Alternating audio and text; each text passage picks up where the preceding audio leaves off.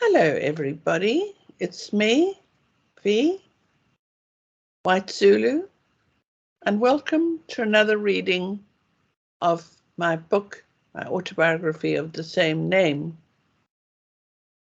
And I left you with Rocket, chapter 21, my pony, my very first, my own self-trained pony, and what a pleasure it was to have my own really proper horse. And this time, this is about our valley. And it's chapter 22, and it's called Our Valley.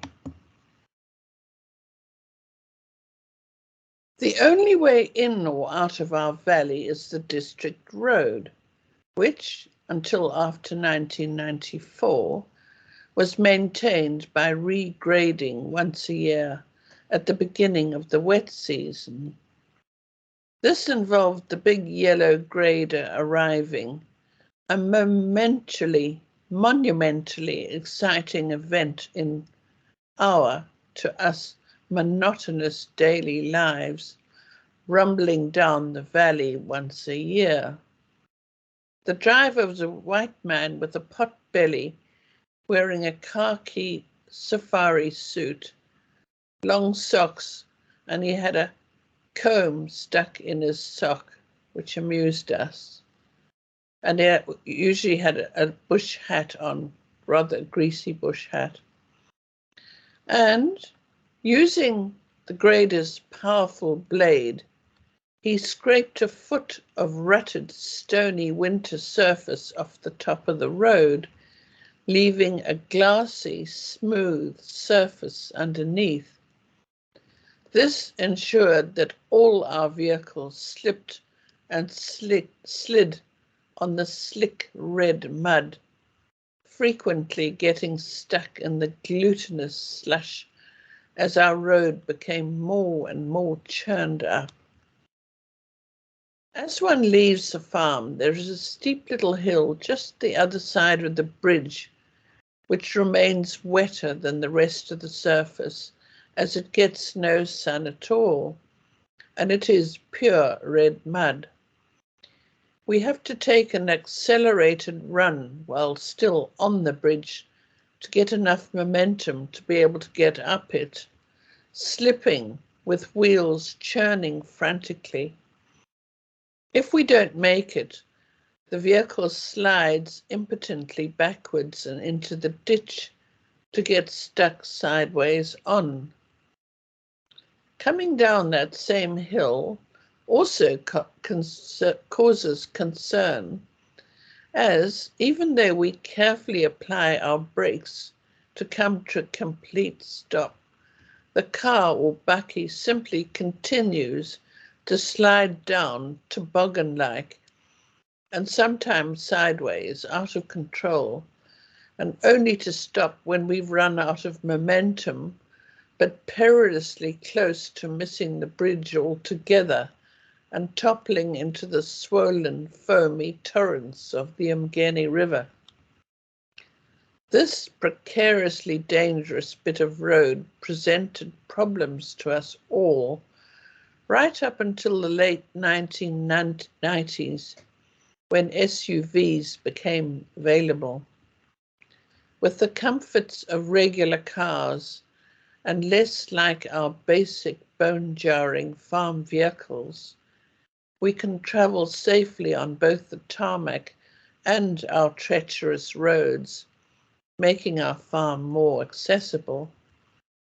Going anywhere meant taking our own road off the farm, then negotiating 12 miles of appallingly bad district road, followed by 50 to 100 miles of tarmac, depending on whether we were going to Pietermaritzburg or Durban. The only bit which has changed since I was born is there is a bit more tarmac from Nottingham Road to Lions Bush, which took away the problem of another steep, slippery hill which trapped everyone but those who had farm 4x4s, but which is now so full of deep potholes that it has become a disintegrating cobweb of tarmac and almost as tricky as the dirt roads. The last time I travelled that road was back in 2002, the last time I visited my parents on the farm, and I imagine that it is totally disintegrated back to dirt road now. There are other ways out of our farm. One of them is on horseback or jeep via the convent at Umgeni port in dry weather, whereby you could ride or drive to the Wakefield turnoff, then, following a track next to the Umgeni River, go through the uninhabited farm of Wakefield and onto the neighbouring farm beyond called Stonycroft, which had a road out to the Godargle. But if our bridge was flooded, then inevitably the bridge over the Umgeni Port stream, which separates us from the convent, was also covered by several feet of water, or washed away completely. That bridge had been built at the same time as our original one across the Umgeni River had been, and in exactly the same way, with gum tree poles spanning the stream and then packed with earth. The district road doesn't reach the convent, so theirs is declared a private road, and thus they have to rebuild their own bridges every time they are washed away. The other option was to ride on horseback or take a 4x4 up on top, using the road Grandpa had dynamited out of the hillside, and back along the top of our farm to our airstrip, or further along the escarpment over the veldt to our neighbours on the farm, Ivanhoe, where they had an access road to Mbandla. Unfortunately, there's a drift, a stream running across the road on the way up on top, and if that was flooded, it cut off that route as well. The mountains directly behind our house, which also had a footpath which our Zulu staff used to get home, were too steep and rocky for a horse to pick its way through. Over all the years I was growing up there, I had tried it many times, even in the best conditions, going so far as to dismount and lead my sure-footed Basutu pony Squib up the steepest paths, but with no success. In very rainy conditions, even a Zulu couldn't climb out of the valley that way, as the almost vertical stone track becomes a series of cascading waterfalls. We could be cut off completely. If there was an emergency, then it would have to be dealt with by helicopter, and only if visibility was suitable. The only problem with that is that there's no way of calling one. When we had our regular violent daily thunderstorms, the first amenity to go was our electricity, immediately followed by the phone. It only took a bolt of lightning to strike a pylon or telephone pole, and bang, out went the lot. Just a tree branch blown by the high winds, just a tree branch blown by the high winds onto our lines were enough to cut us off altogether. After 1961, we didn't have a generator, and the CB radio was hardly ever used, really only for Mum to respond to the weekly radio check at 7 p.m. every Thursday night, when a volunteer farmer's wife called every farm on our circuit to check their equipment was operational. This was for emergencies such as armed attacks by intruders on the many very vulnerable and isolated farmers who relied for support on an armed response by their neighbours. It was also essential when there were runaway bushfires, in which case the whole district mustered up all their labour, tractors and water tanks pulled by tractors as they possibly could, using the radio to call for help. But the radio had a limited battery life and could not be relied upon if the electricity went out for more than 3 days. To date, our valley has yet to receive a cell phone signal. In the big floods of 1987, which washed away a good portion of Natal and Zululand, Mum and Dad were alone on the farm along with their staff. They lost all power and communications immediately, and even though they still had the radio, it poured with rain continuously for 5 days. It gets cold up there at nearly 6,000 feet when there's no sun, even in summer, and the massive floods had occurred in springtime. So, to keep warm, Mum and Dad had the housemaids drag a couple of mattresses into the sitting room where there's a big fireplace and got them to bring in piles and piles of dry firewood. In between getting up to put more logs on the fire, I lay there listening to this strange, deep rumbling noise, which we could hear over the roar of the river, said Mum. I didn't realize what it was, and sometimes even felt vibrations on the floor where we were sleeping when there were the loudest crashing and rumbling. It was only after we were able to leave the house and take a look at the river that we realized that the noise had been from massive boulders being moved around by the sheer force of the water. The worst bit was being so cold all the time, especially at night. So, why didn't you and Dad share a mattress to keep warm? We asked mischievously, knowing full well what the answer would be. Good God, no, she explained, horrified. Your father and I have never shared a bed in our lives and never will. These floods changed the shape and nature of our river forever. Our favourite childhood bathing pools had gone. There's one just behind me. If you can see, I'm standing there in a bikini, and I've got my oldest son, who's now 50, as a small boy wearing a blue hat, and that was our favourite swimming pool. A long old walk, but well worth it to get down there.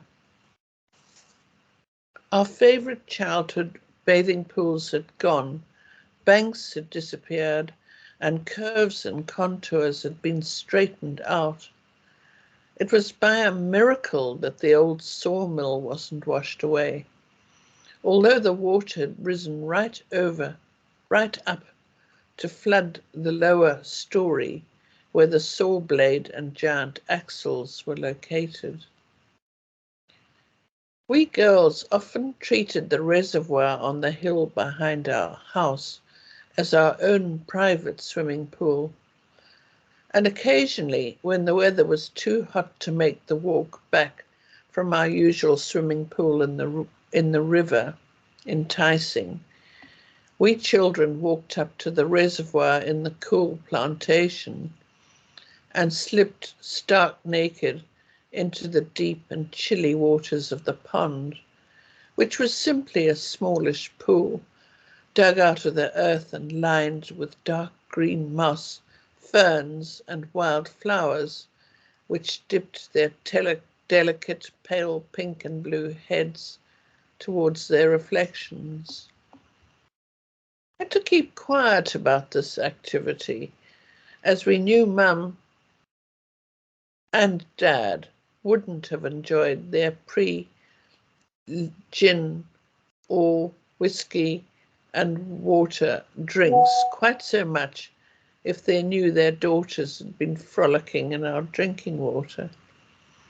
The baboons got the blame if muddy water ran out of the taps, bringing with it some of the dark, peaty silt which we'd stirred up. Sometimes the baboons did pull up the pipe leading to the reservoir from a spring nearby.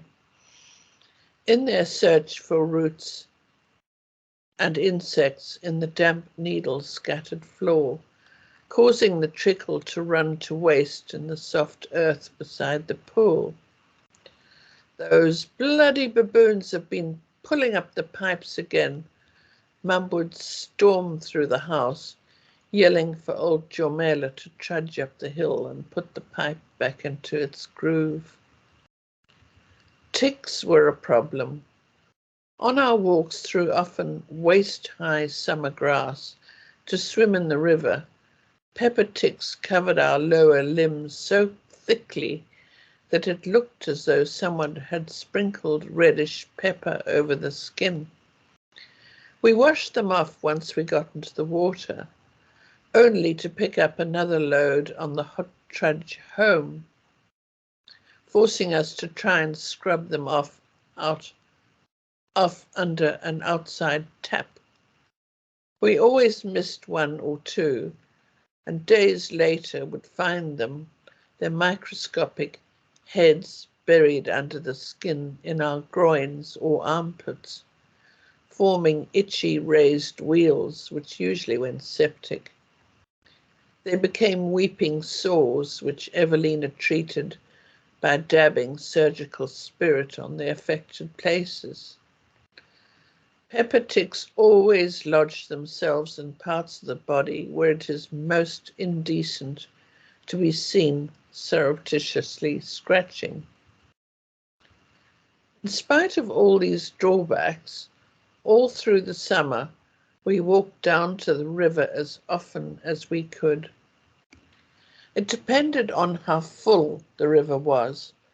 To lie and sunbathe on the huge rounded granite boulders, slipping every now and again into the bracingly cold, fast-running water to cool off.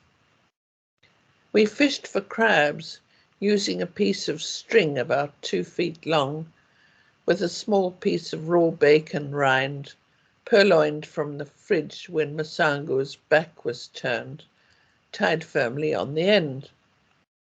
We dangled the bait in a pool and after a few minutes would pull the line up with one or more crabs attached by their strong pincers. Unfortunately, they weren't edible, even though we occasionally took some up to the house asking Masango to boil them up. He always refused to even attempt this culinary experiment and hurled the bucket's worth of crabs indignantly into the bush, where they had to make their long and arduous way back to the safety of the river. I often went down to play in the river alone, especially when I was in some sort of trouble or disgrace. This practice was nearly my undoing. One afternoon I was climbing up a very high bank leading from the river to the paddock when the tuft of grass I grabbed to haul myself up over the cliff came out of the soft earth, and I fell about 15 feet into the water below. I landed on my back in the only pool just a fraction larger than my 9-year-old self, and only just deep enough to break my fall. The little pool was surrounded by big rocks, which my head had missed by a whisker. It's a miracle that I hadn't hit any of them. So chastened and sopping wet, I trudged home, anticipating a lecture on getting myself wet. I never told a soul about my narrow escape. Wet season, and after every afternoon thunderstorm, the river levels would rise until the banks overflowed with clear, sparkling water. Now and again we would see big bushbuck rams coming tentatively through the dense forest down their ancient narrow paths, which had been carved by centuries of hooves of the many and various antelope to drink the cool running water which races and tumbles down over the rocks. The bulls, with their magnificently curved, almost twisted and shallowly corkscrewed trophy horns, of which so many adorned the walls and verandas of practically every farmhouse in South Africa, are beautiful.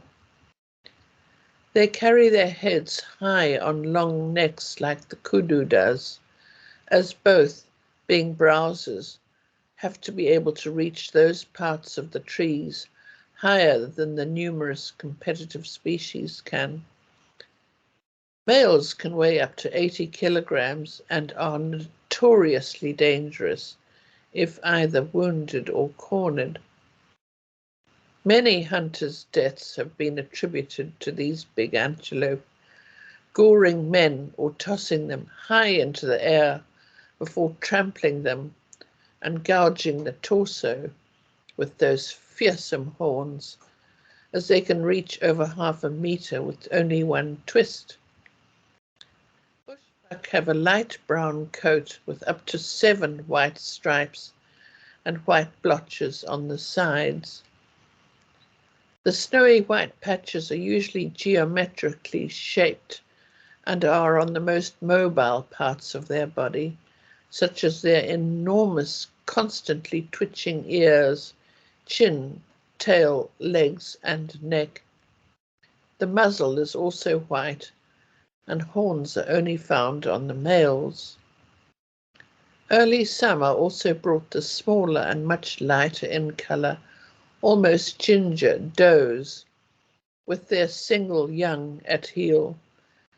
Baby bushbuck are enchanting and look as though they're lifted directly from Disney's Bambi, with their distinctive pure white spots and stripes against the very orangey ginger background of their coats. There's a grey duiker, easily distinguishable by the single black tuft of hair which stands up between its little horns, which lives near the boundary too.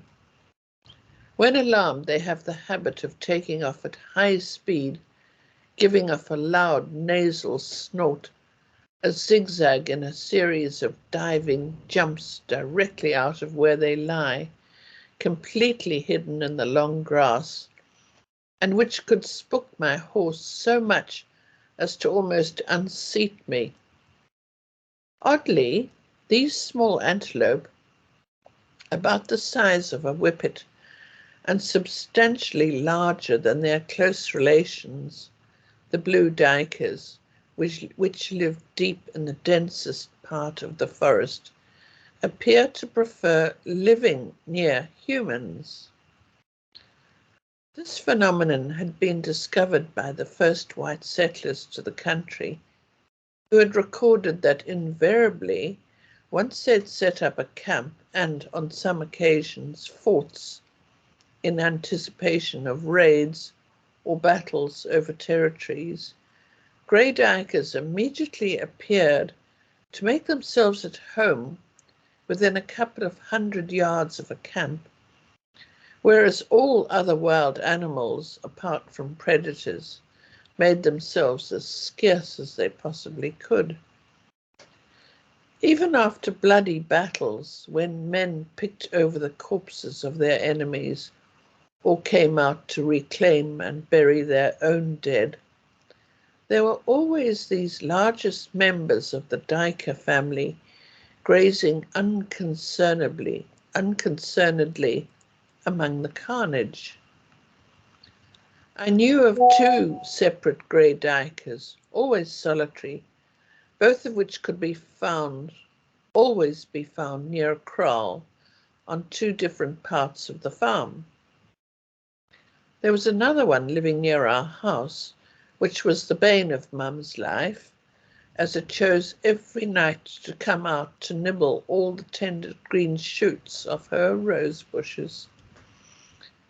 Antelope, bush pigs and baboons alike drink from the mossy river banks, and giant kingfishers fly up and down the river, cackling like kookaburras. Often we'd find evidence of spotted-necked otters, their polished mudslides leading into the water, and their dung, consisting of turds of crunched-up crab shells, is left in obvious places on big boulders as markers, warning intruders of their territory. We occasionally see leopard pug marks in the soft earth on the riverbank, and now and again find their scats, the unmistakably oddly shaped dung they also leave as territorial markers. Diane and I spent many glorious hours playing in a big pool below the watermill, which Grandpa had built when he'd acquired the farm at the turn of the last century.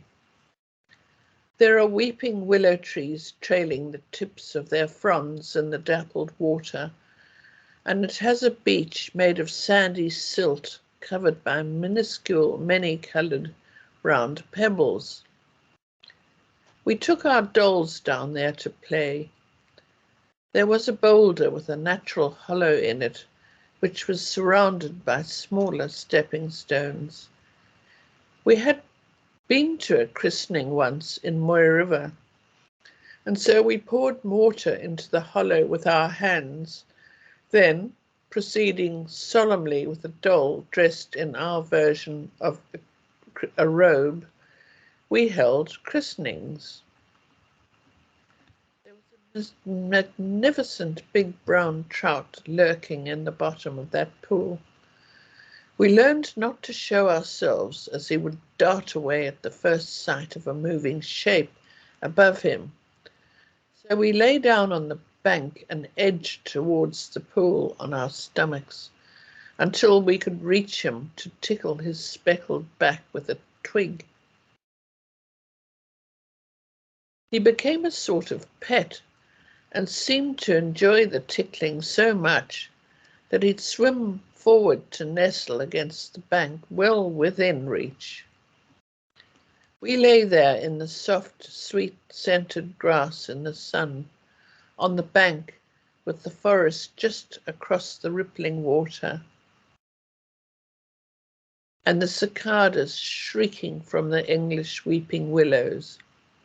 They liked the willows best, or these willows best, and deafened us when we rode or drove along the bit of road where Grandpa had planted so many willows to try and stabilize the banks on either side of the old bridge.